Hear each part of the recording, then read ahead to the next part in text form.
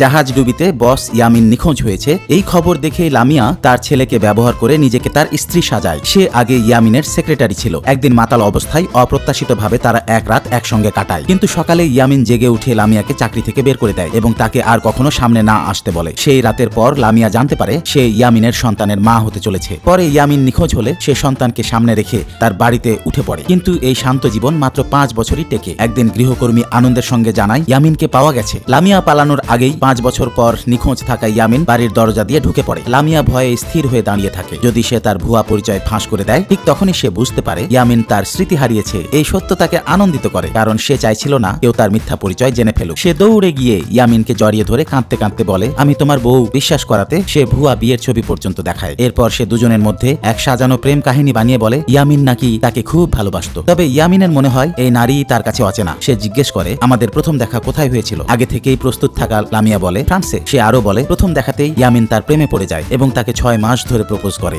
ইয়ামিন জিজ্ঞেস করে, ফ্রান্সে কি তোমার কোনো বাড়ি ছিল? লামিয়া দ্রুত একটা ঠিকানা বলে এবং ভাবে এভাবে দ্রুত বললে ইয়ামিন কিছুই মনে রাখতে পারবে না, ধরতেও পারবে না। কিন্তু সেদিন রাতেই ইয়ামিন সেই ঠিকানা ঠিকঠাক ভাবে যাচাই করতে পাঠায় লামিয়া আদৌ সেখানে কখনো ছিল কিনা। এদিকে স্মৃতিহীন অবস্থায় ইয়ামিনকে নিজের প্রেমে ফেলতে লামিয়া সাহসী পোশাক পরে আসে, কিন্তু ইয়ামিন সঙ্গে সঙ্গে তাকে বের করে দেয়। লামিয়া ভাবে হয়তো এই স্টাইল পছন্দ নয় তার। সে একের পর এক পোশাক বদলায়, কিন্তু প্রতিবারই ইয়ামিন তাকে বের করে দেয়। মন খারাপ করে বসে থাকতেই তার ছেলে এসে তাকে ঠাট্টা করে বলে পটানোর এই পুরনো কৌশল কাজে দেবে না। তারপর সে নিজেই সাহায্য করার সিদ্ধান্ত নেয়। মা আর ছেলে মিলে ইয়ামিনের বিছানায় শুয়ে পড়ে। ইয়ামিন যখন তাদের বের করে দিতে যায়, ছেলেটা ইচ্ছা করে বলে সে অনেক দিন বাবা মায়ের সঙ্গে ঘুমায়নি। লামিয়াও যোগ করে বলে, তোমার কিছু মনে নাই ইয়ামিন? আমি তোমাকে গল্প শুনিয়ে ঘুম পাড়াতাম। ইয়ামিন বাধ্য হয়ে তাদের থাকতে দেয়। কিছুক্ষণের মধ্যে লামিয়া ছেলেকে জড়িয়ে ঘুমিয়ে পড়ে। ইয়ামিনের হঠাৎ মনে হয়, আরে এই জীবনটাও তো বেশ মজার। কিন্তু ঠিক তখনই সহকারী মেসেজ পাঠায়। লামিয়া ফ্রান্সে যে বাড়ির কথা বলেছিল সেটা বহু আগেই পরিত্যক্ত। সঙ্গে সঙ্গে ইয়ামিন বুঝে যায় লামিয়া তাকে মিথ্যে বলেছে। বন্ধুরা, তোমরাও চাইলে তোমাদের নাম কমেন্টে জানিয়ে আমার গল্পের নায়ক নায়িকার চরিত্র হতে পারো। কমেন্টে নাম জানাও আর তোমাদের নাম দিয়ে